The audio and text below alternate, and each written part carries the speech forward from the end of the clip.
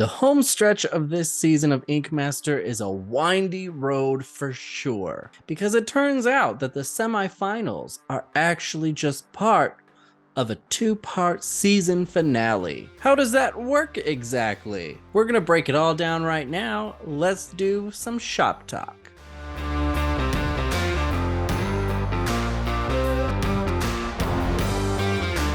Episode 9 of Ink Master 14 was part 1 of a two-part finale, and it was wild indeed. Real quick though, again, as I say every time, thank you guys so much for the comments, for the views. My last video was pretty late. I'm so sorry. I'm trying to be better. Again, moving, all that stuff going on, and just adjusting. So, thank you guys so much for all your support. And if you're someone like Christopher Johnson who recently subscribed, thank you so much. A lot of movement in terms of where people rank in this competition right now as we go into the final episode this season. But it's unclear as to where everyone exactly landed because, spoiler alert, but we end on a cliffhanger. But I'm going to break all of that down when we get to the scoreboard section. In the meantime, let's just review how we got there. So again, the contestants are informed that the semifinals are actually part 1 of the season finale, and they are welcomed to the final stretch of Ink Master. There are only 6 contestants left, but 8 skulls on the table. And the contestants are told they are competing in 2 different tattoo challenges. The double elimination I've been predicting. On each of the skulls are 8 different tattoo styles, and each contestant has to walk up and randomly select one. And they will use that style to complete a 12-hour leg tattoo. That's just round 1. Whoever wins that round automatically goes to the finale and does not have to tattoo in the next tattoo challenge. And they're not told that they're gonna be eliminated if they bomb these challenges, but we all knew it was going to be an elimination, right? So they all randomly select skulls, and here's who got what. Jason gets assigned neo-traditional, Gian gets surrealism, Angel gets color realism, Anthony, Japanese, DJ, color realism, Bob, Japanese. Almost nobody gets something that they're actually comfortable with. They're also told that the tattoos will be judged blindly, which I think everybody wishes was always a thing, and I think it should always be a thing. I really don't understand the purpose of knowing who tattooed what in every challenge, but I do love the rare times we do get to see genuine blind tattoo judging, and I would agree that it drastically changes how they judge based on the people they selected this go around. Before we get to the critique though, DJ and Bob have a little bit of a tiff. Bob doesn't think DJ's was creative enough. DJ's doesn't think Bob's was straight to the challenge enough. Everybody's stressing out. Angel's also freaking out because she doesn't really do color realism, and she also really doesn't do color. I mean, she can do color, but she's considered a black and gray artist. There's a lot to cover, so let's get right into this. So for the blind critiques of round 1. First was Gion's, who again had surrealism, and it's a beautiful tattoo. I would wear the hell out of this tattoo, but I definitely don't think it hit the challenge because again, it's pretty neo-traditional, which a lot of people commented on. Gian tries to find a way to use it as a crutch. Anthony's, who had Japanese. It's kind of cool. I like parts of it. It's not what I was expecting when I found out he was doing a Japanese tattoo, especially of a dragon. He seems to think that there's some sort of color in it, and it's a skin reaction as to why it looks so dark and hard to read. I don't know. I like parts of it. I would not wear it though. And I feel bad. Anthony's a great artist, and it was a huge missed opportunity. Bob, who had Japanese. This is so cool. I wish this was mine. I want to wear this right now. And this is by no means the style or the type of art I would normally put on myself, but he just did so good. I wish I was this canvas. This is great. Angels with color realism. I love the tattoo. This is a phenomenal tattoo. Is it color realism? I don't know. But it definitely seems like a very safe tattoo for her. And it's a lot of stuff she's never done before. And if that's how she can pull out stuff she's never done before, she's really impressive. Jason's was next with his stab at neo-traditional. It's really compressed for some reason, and it's hard to read, but I do think it's a cool tattoo. I think it's really creative. I just don't understand why it's composed that way. DJ, color realism. Phenomenal tattoo. This is awesome. I would wear it also. I think it's great. It blows my mind. Some of the stuff with color realism really blows my mind. And an artist who can really do it well, it's just incredible and really messes with the eye, and I love that. I would wear almost all of these tattoos. I think these are great, and I think really at the end, the artists are really shining, and that's definitely the time to do it. First, they pick Tattoo of the Day, the highest rated tattoo in the blind judging. And that went to Bob, which, to be honest, for a while I thought they were going to give it to DJ. Not that that wouldn't have been undeserved, but I'm so happy with blind judging it went to Bob. So Dave, Master of Chaos, shows up, and it's really anticlimactic this time because all he really tells them is that it's an elimination, like that somebody will be eliminated in each of these challenges. I feel like that's something we were expecting. It's something I've been predicting in my crystal ball for weeks. I was not surprised by this. I didn't need this.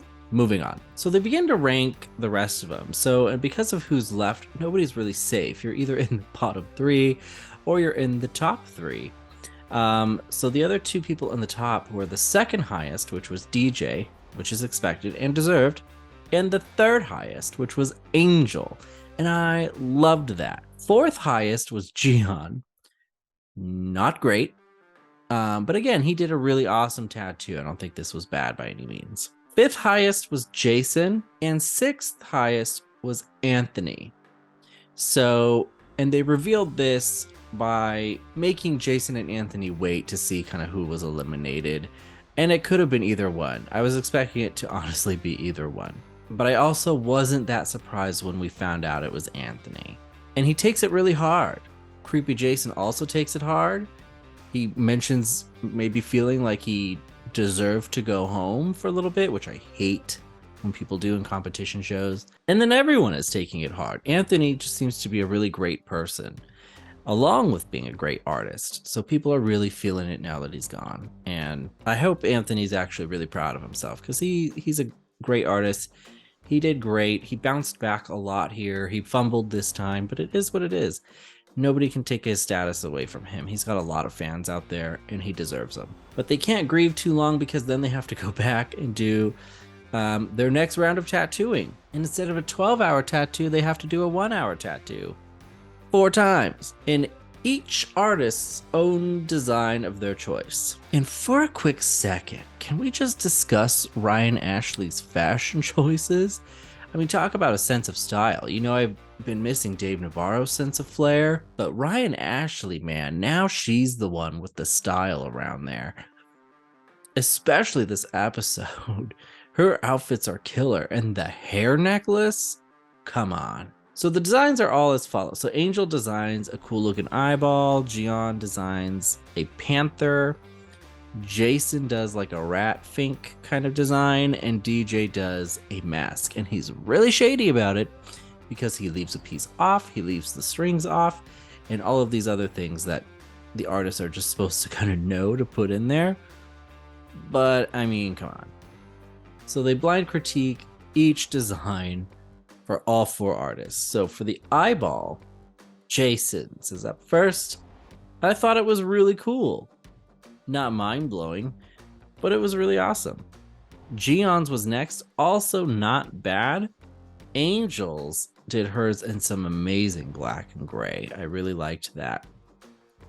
DJ's, though, was a fumble. And I agree, his is the weakest of the 4. And it really seems to me that DJ's great at long, creative, take your time kind of tattoos, but little flash tattoos where you have to elevate them in some way very quickly, not his thing. As for the panther tattoos, DJ's was pretty meh. Again, not that great.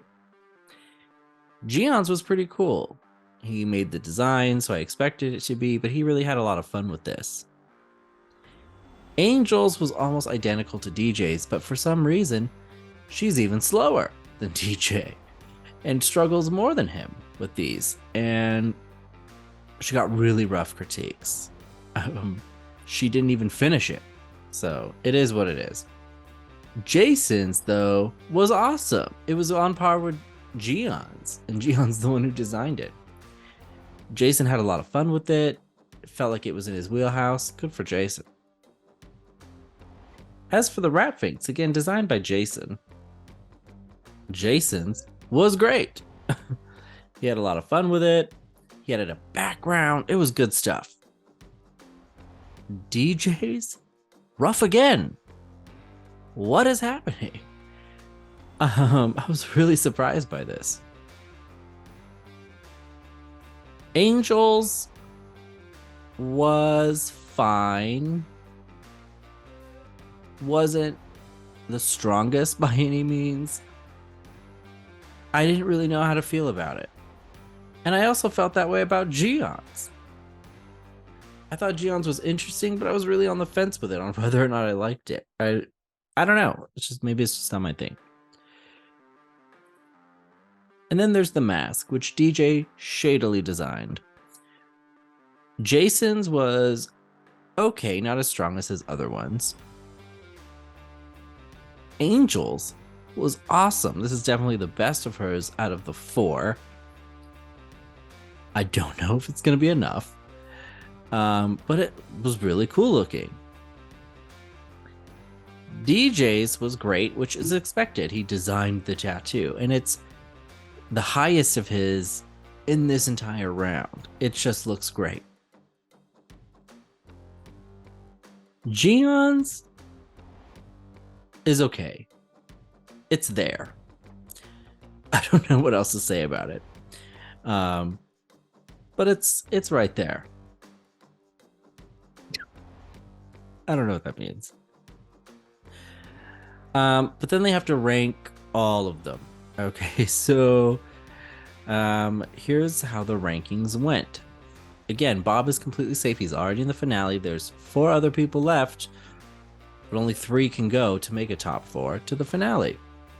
So, first highest was Jason. He's definitely going to the finale. He knocked it out of the park with this challenge. Great for Jason. Because then the second highest is Gion. He makes it to the finale. I was already mentally prepared for that. I thought maybe with the blind judging he might be in trouble, but he at least does safe enough tattoos no matter what he's given. And so here he is. And I think I can't argue with that. Third and fourth highest, though, up for elimination in the bottom 2. There's only top 2 and a bottom 2 this round.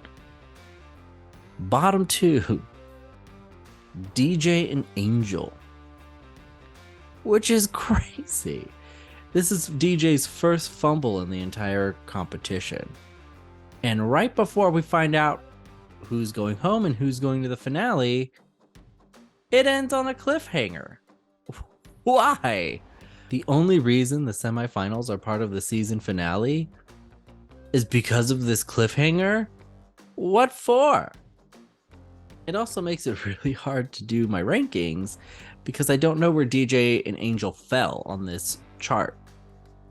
I do think I know how it's going to go, but we'll talk about that in a minute. First, let's see how people reacted to it. It's time for top tweets.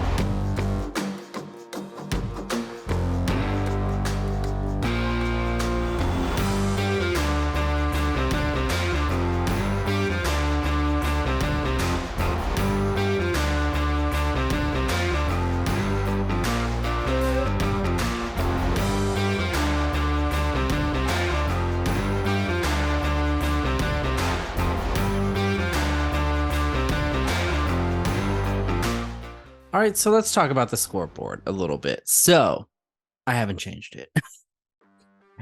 I could move some of these people, but I just don't want to totally change it until we know how things go with DJ and Angel. Okay. I'm going to present the final scoreboard during the finale, so nothing that happens in the finale is going to affect people's rankings for me because it's the finale, right? But I will update it and present the final scoreboard in my breakdown of the finale regarding how everybody ranked going into it, if that makes sense. What I'm expecting, though, some things that I can tell are obvious, though, is Bob, I believe, overtook Gion's spot and DJ's spot, which is wild and great for him. DJ and Gion fluctuate a little bit here. Angel, I'm expecting to take a huge dip. I'm also, to be honest, not expecting her to survive to the finale. She really fumbled this challenge, and I'm not expecting them to forgive that unfinished tattoo one bit. So I think she knows she's probably not going to make it to the finale, and I think we should all mentally prepare ourselves for that as well. I think DJ is fine. I 100% believe the top 4 in the finale are Bob, Gion, Jason, and DJ. Anthony, of course, though, we already know is eliminated, which really sucks. But it is what it is. I see a lot of people, especially in our top tweets, reacting that Anthony should have been saved. And objectively, I gotta disagree based on what we got from him. I'm sorry. Even with blind judging, if I had judged those blind, I would not have picked Anthony's tattoo to stay. No.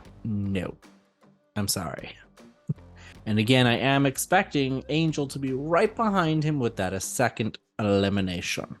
But I think it's weird that we're wrapping up the semifinals in the finale next week. I don't understand the point of that. I guess it's cool to make people wait and keep them on their toes, I guess. I don't know. But I'd rather just know so I can start kind of championing for, somebody over the next handful of days. But it is what it is. But who are you rooting for? Are you Team Bob? Are you Team Gion? Team Jason? Or Team DJ? Because I'm expecting it to be DJ. Or are you Team Angel? That could be fine, even if she gets eliminated. Let me know. And I'll be right back here to break down, react, and chat about the season finale and who they crown to be the next Ink Master. Share all of your thoughts down below. I love discussing this with you. And in the meantime, maybe go out and get inked yourself. And I'll see you right back here for some more shop talk.